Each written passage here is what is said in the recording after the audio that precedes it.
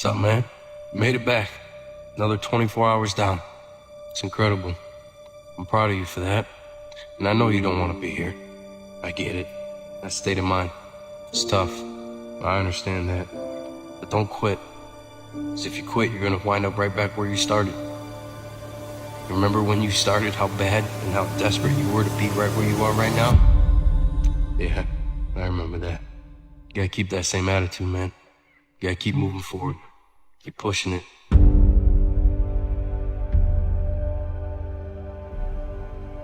Don't allow fear of failure and the allure, the attractiveness of playing it safe in life to draw you in. You can't get out of life alive. You got to die to leave here. When you're asleep, ladies and gentlemen, you need your dreams.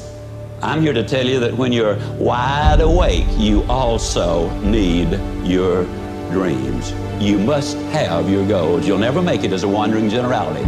You must become a meaningful specific. If you're going to work tomorrow because that's what you did yesterday, you're not going to be as good tomorrow as you were yesterday because now you're 2 days older and no closer to the goal which you do not have. I'm telling you to keep going when you face opposition. I'm telling you to keep going when you face adversity. I'm telling you to keep going because years from now, when you look back, make sure you remember one thing about this moment. That you gave everything you had. That you leaned in on those late nights and those early morning wake-ups.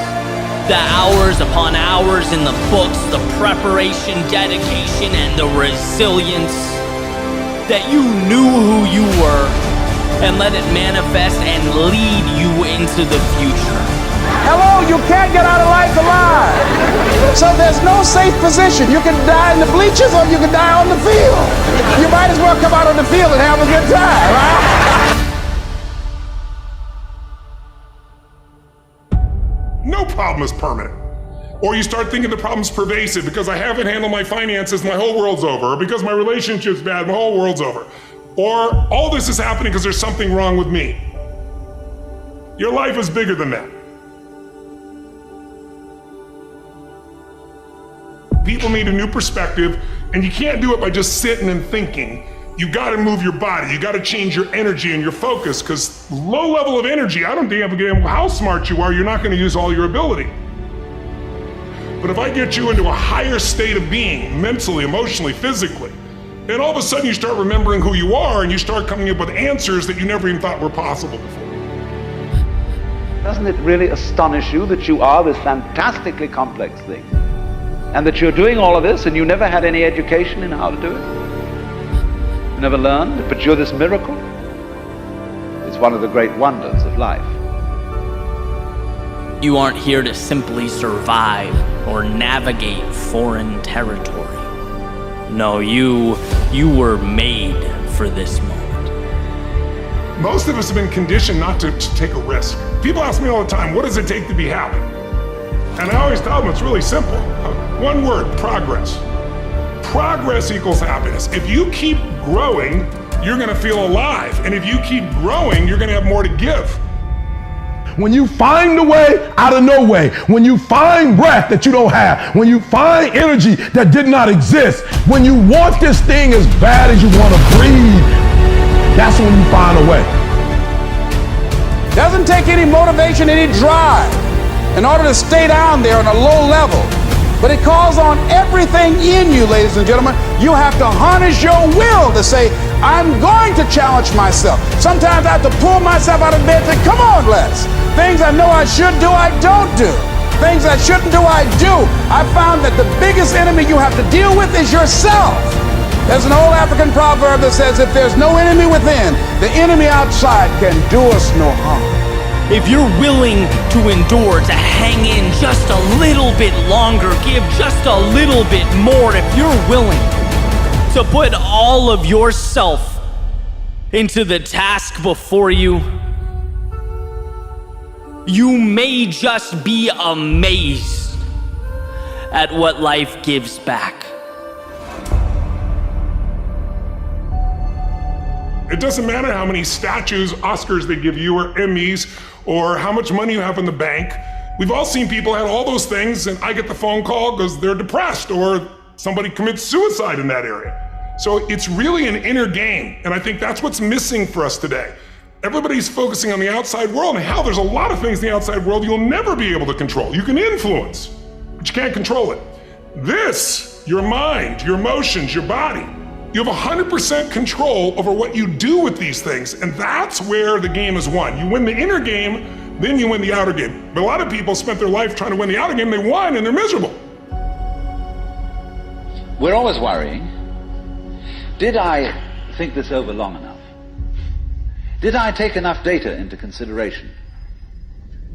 And if you think it through, you find you never could take enough data into consideration.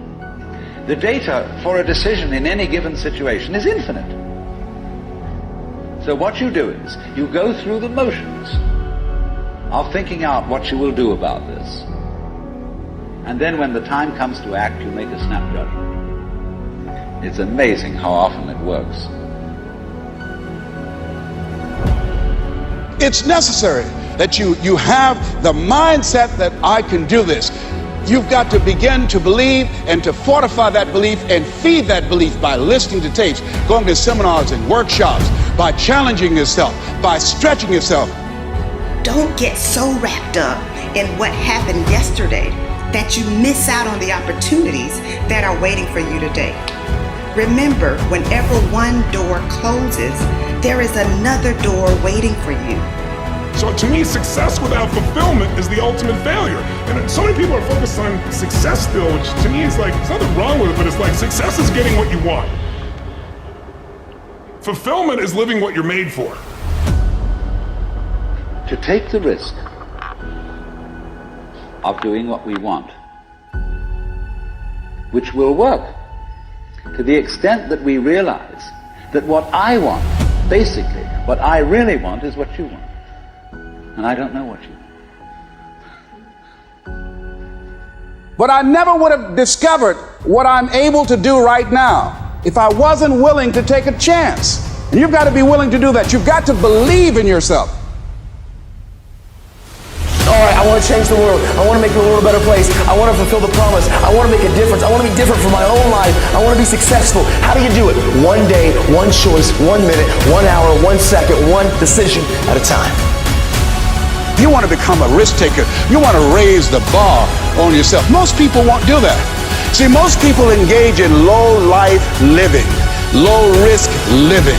Viscott said if you're not willing to risk, you cannot grow. And if you cannot grow, you cannot become your best. And if you cannot become your best, you can't be happy. And if you can't be happy, then what else is there? When you're serious about changing, all of you need to do, you don't have to tell anybody you're changing, just do it. Let your life speak, let your life scream, let your life shout, and let it speak so loud it will speak volumes that nobody can ignore it. Don't be offended if nobody else believes in you. You believe in you. You start making good choices. You start making good decisions. If you can't fly, run. If you can't run, walk.